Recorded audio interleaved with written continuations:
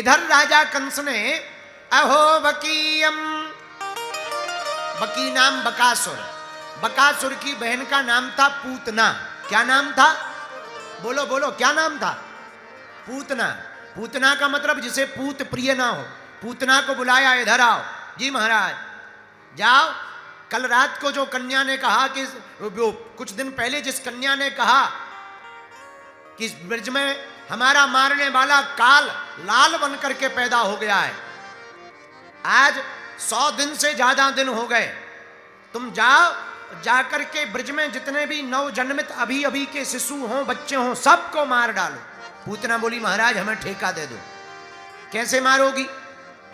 पूतना मौसी बोली महाराज हम अपने स्तनों में जहर लगा लेंगे, दूध पिलाने के बहाने ही मार डालेंगे। हाँ, ये बहुत बढ़िया उपाय। पूतना मौसी ने राजा कंस को वचन दिया और अपने स्तनों में कालकूट नामक जहर को लगाया। मारने के लिए आई। बोलो सीताराम। जोर से बोलो, और जोर से बोलो। जहर लगा करके पूतना मौसी जैसे ही आई तो सारे ब्रज के छोटे छोटे बच्चे मारने लगी। पर गोकुल में आई, गोकुल में आई तो रूप बदलना जानती थी, तो गोकुल में इतना सुंदर रूप धारण कर लिया। पता लगा कि नंद भवन में छोड़ा हुआ है। ऐसी बन गई भैया, ऐसी बन गई कि भागवताकार कहते हैं ऐसी लग रही थी मानो लक्ष्मी जी चली आ रही। बुरा ना मानना, कभी कभी असली प्रोडक्ट की जितनी बढ़िया पैकिंग नहीं होती है, नकली की उससे बेहतरीन प्रोडक्ट की पैकिंग होती है। और कई लोग पैकिंग के ही चक्कर में बर्बाद हो जाते हैं। बोलो सीताराम। हाँ, और नकली की जितनी बेहतरीन पैकिंग होती ना, असली की नहीं होती। इसलिए पैकिंग देख करके कई बार भरोसा नहीं करना चाहिए। देख लेना चाहिए कि पैकिंग तो ठीक है, पर जो वस्तु ली है वो ठीक है कि नहीं है। बहुत पूतों को मारकर कंसेन प्रहिता घोरा पूतना बाल घातनी। बाल घातनी पूतना भगवान के नंद ग्रह में आई। यशोदा मैया से बोली अरे बहन राम राम। अरे बहन राम राम राम राम, पर मैंने तो पहचानो ना है, तू कौन है? यशोदा बोली मुंह को ना है पहचानो। पूतना बोली मुंह को ना है पहचानो। अरे यशोदा मैं तेरी दूर की रिश्तेदार नहीं हूं। यशोदा बोली हे भगवान इतने दिन शादी को है गए, 80 साल गुजर गए हमारी उम्र के, आज तक हमने रिश्तेदारी ना देखी तेरी। तू आज तक नहीं आई, ना शादी में आई, ना कभी आई, तू आज रिश्तेदार नहीं बन रही है। अरे पूतना बोली मैं क्या बताऊं, मैं बाहर रहती हूं, मैं शादी ने मैं नहीं आ पाई, क्षमा मांगती हूं। पर मोय अभी हाल पतो चलो तेरे घर में जा उम्र में छोरा भयो, सो मैं बधाई लेके आई हूं। हो चल ठीक है, जैसी भी है ठीक है, आ बैठ। यशोदा मैया ने बैठा लिया। पर पूतना मौसी बोली एक बात बता लाला कहां है? यशोदा मैया बोली वो तो मैंने अबे हाल पलने में पोड़ाओ है, अभी हाल मैंने सुलाओ है, बड़ी देर तो रो रहो तो अबे हाल पलना में ही गाओ है। एक काम कर तू कुछ देर बैठ ले, जग जाएगा तो मैं तेरे गोद में रख दूंगी। अरे मैया तू बावरी है, तू अपनो काम कर। पूतना ने कहा मैं दूर ते ही छोरा को देख के चली जाऊंगी। अच्छा ठीक है, नहीं मानती है तो ठीक है। इतना कह के भैया पूतना मौसी ने ऐसी माया जादू करी कि यशोदा मैया काम में व्यस्त हो गई, भूल गई। अब पूतना मौसी भगवान के पास आई तो पहले तो भगवान जग रहे थे, और जहां तिरछी निकाय से देखा ओहो मौसी जी आ गई, सोई भगवान ने अपनी आंखें बंद कर ली। किसी ने कहा कि भगवान ने आंखें क्यों बंद कर ली? भगवान ने पूतना मौसी को देखते ही इसीलिए अपने नेत्र अपनी आंखें बंद कर ली कि भगवान तो सब जानते हैं। भगवान ने सोचा चलो मारने तो आए थे मामा जी को, सबसे पहले मौसी जी आ गई हैं, मंगलाचरण कर लेवे, इसके बाद में श्री गणेश करें, इसलिए आंखें बंद कर ली। एक महात्मा बोले नहीं नहीं नहीं, दूसरा कारण है। बोले क्या कारण है? बोले भगवान ने इसीलिए अपने नेत्र बंद कर लिए कि भगवान ने सोचा हम तो ब्रजमंडल में आए हैं माखन मिश्री खाने को, और हमारी मौसी जी श्री गणेश में ही जहर पिला रहे। तो भगवान ने सोचा जहर का स्वाद तो हमें पता नहीं, पर जहर पीने का अनुभव भोले बाबा को है। तो भोले बाबा को ध्यान करने के लिए भगवान ने अपनी आंखें बंद कर ली। एक और महात्मा बोले नहीं नहीं नहीं, तीसरा कारण है। बोले क्या कारण है? बोले भगवान ने इसलिए अपनी आंखें बंद कर ली कि भगवान ने सोचा लोग हमको कहते हैं कि हमारी आंखों में जादू है। सच भी यही है, जादू भरी तेरी आंखें जिधर, जादू भरी तेरी आंखें, नैनों की कटारी बारी बारी बारी छुई छतियन से उतर गई, नैनों की कटारी वारी, नैनों की कटारी वारी वारी वारी छुई छतियन से उतर गई। आहा, जादू भरी तेरी आंखें जिधर गई, जादू भरी तेरी आंखें। तो भगवान ने सोचा लोग कहते कि तुम्हारी आंखों में जादू है, कहीं ऐसा ना हो पूतना मौसी हमारी आंखों में देखे और हमसे प्रेम कर बैठे, मारना भूल जाए, शरण में आ जाए तो ये राक्षसनी बच जाएगी। इसलिए भगवान ने अपनी आंखें बंद कर ली। चौथे महात्मा बोले नहीं नहीं नहीं, और कारण है। बोले क्या? भगवान ने सोचा हाँ, ये हमारा नाम है मायापति, और ये जो रूप धारण करके आई है वो आई है माया का। कहीं हम देखें इसकी माया खत्म हो जाए, असली रूप में आ जाएगी, जसोदा मैया डर जाएगी। इसलिए भगवान ने अपनी आंखें बंद कर ली। बोलो सीताराम, जोर से बोलो। जहां आंखें बंद की सोई भैया, आहा, पूतना मौसी ने गोद में उठा लिया और अपने स्तनपान कराने लगी। जैसे ही ठाकुर जी स्तनपान करने लगे, स्तनपान करते करते ठाकुर जी ने पूतना मौसी के प्राण खींचना प्रारंभ कर दिए और दोनों हाथों से पकड़ लिया।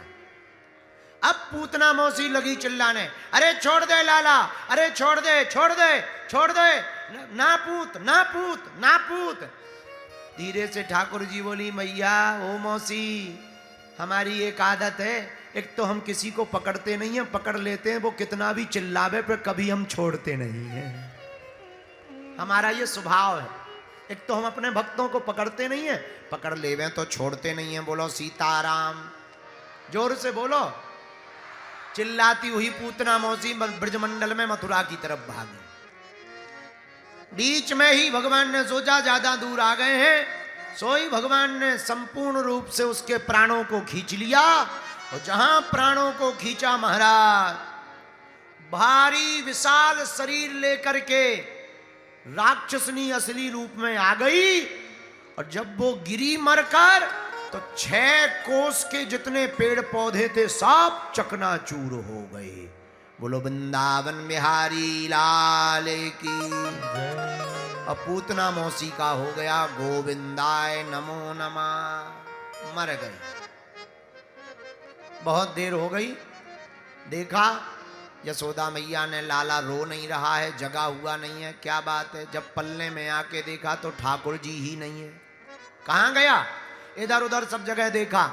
तब फिर यशोदा मैया रोने लगी, गोपियां आ गई, क्या बात है? अभी हाल हमने अपने पल्ला में ठाकुर जी को सुलाया था, पता नहीं कहाँ चले गए, कौन ले गया है। सबसे पूछा, छोटे छोटे बच्चा दौड़ते दौड़ते आए, मैया मैया मैया, एक भारी शरीर के ऊपर अपनो नेक सो छोटो सो लाला खेल रहा है। और ठाकुर जी जैसे ही पूतना मौसी को मारा, सो उसी के ऊपर हाथ पैर फटकारते हुए पूछने लगे, कहो मौसी जी कैसी रही कैसी रही जिंदगी? हाथ पैर फटकारने लगे। आहा, तुरंत भागी भागी मैया गई। तो पहले तो ठाकुर जी हाथ पैर फटकारते हुए खेल रहे थे, पर मैया को आते देख करके ही रोना शुरू कर दिया। तुरंत जसोदा मैया ने गोद में भर लिया। अरे लाला, अरे लाला, तुरंत गाय मंगवाई। इतनी भरी भरी राक्षसनी, नजर लग गई होगी, डर गो होगो छोरा। तुरंत गाय की पूंछ ली, हे नारायण भगवान, हे चक्रशो दर्शनधारी, हमारे छोरा की रक्षा करियो। अब भगवान लगे हंसने। किसी ने पूछा कि आप क्यों हंस रहे? बोली हमारी मैया भी बड़ी गजब की है, हमारे ही नाम से हमको ही झाड़ा लगा रही। हमारो ही नाम चक्र सुदर्शनधारी है, हमारो ही नाम नारायण है, हमारो ही नाम वैकुंठवासी है, हमारे नाम से ये झाड़ा ठोक रही हैं। भगवान मुस्कुरा रहे, हंस रहे। मैया ने गोद में भर लिया, पर एक चिंता है गई। कौन सी? ये बताओ भैया, इतनी बड़ी राक्षसनी मरी कैसे? अब सब ब्रजवासी भोले भाले ब्रजवासी सीधे साधे तो होते ही हैं, साधारण होते हैं ब्रजवासी। तब तो ठाकुर जी रीझ जाते, सब अपनो अपनो मत बताने लगे। एक बोले हैं मुंह को लगे इसको हार्ट अटैक आ गो, दूसरा बोलो अटैक में नहीं मरी, जाको ब्रेन फेल है गो, इसकी ब्रेन की नसें फट गई। तीसरा बोलो छोटो सो छोरा बोले मैया मैं बताऊं सही सही? हाँ बता। मैया मुझे तो लगे ये अपने बालक को लाला को लेके जा रही होगी मथुरा चोरी करके, बाई समय पे जाको पैर किसी पत्थर में पड़ गो, उचट्टा लग गो, अंगूठा टूट गो, भारी शरीर है, क्रेन से ज्यादा मोटी है, सो गिर के मर गई राण पूतना। ऐसे मरी, ये मरने को कारण है। जसोदा मैया बोली चुप है जा, इतना भारी शरीर गिरने भरने से न मरो होगा, कोई और कारण होगा। लेकिन तब तक नंद बाबा आ गए।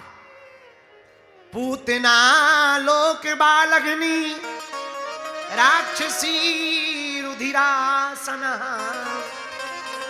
नंद बाबा आए, अरे काहे गो, अरे बाबा तुम ठीक आ गए। देखो तो इतनी बड़ी भारी राक्षसनी अपने छोरा को चोरी करके ले जा रही थी, हनुमान भगवान ने कृपा कर दी, मर गई। पर ये पता नहीं ये मरी कैसे। नंद बाबा बोले हम बताएं। हाँ बताओ। नंद बाबा बोले भैया एक बात मैंने मान ली, मथुरा में मोय वसुदेव जी मिले थे, पक्को ज्योतिषाचार, ग्रह नक्षत्र बहुत सटीक जानते है। बाने मथुरा में कह दी थी नंद बाबा जल्दी घर जा, तेरे छोरा के ऊपर कोई बड़ो भारी संकट आने वाला है। और जब मोय पतो लगो कि मेरे बालक पे संकट आने वालो है, सो मैंने हनुमान जी को मंत्र को जाप करो। अब मोय पतो चल गो जी हमारे छोरा को लेके चोरी करके जा रही होगी, उसी समय हनुमान जी को मैंने मंत्र जाप करो, हनुमान जी से नहीं देखोगा, हनुमान जी ने एक मुक्का बना के मसक दो, सो मर गई राण पूतना। अरे भैया ऐसे मरी। अब सब बोले अब सही बात है, ऐसे मरी पूतना। पर भैया पूतना तो मर गई, अब इसको जलाए कौन? इतनी लकड़ी कहां से लावे? 1-2 क्विंटल को शरीर हो तो भैया 8-10 ठेला में लकड़ी में जल जावे। 6 कोस की भारी पूतना है, इतनी लकड़ियां लगेंगी। तो जितने पेड़े चकनाचूर हो गए थे वही डाल दिए और आग लगाई। पर एक चमत्कार हुआ। पूछो क्या? पूछो, अरे जोर से पूछो। जब पूतना को जलाया गया तो दह्यमानस्य देहस्य,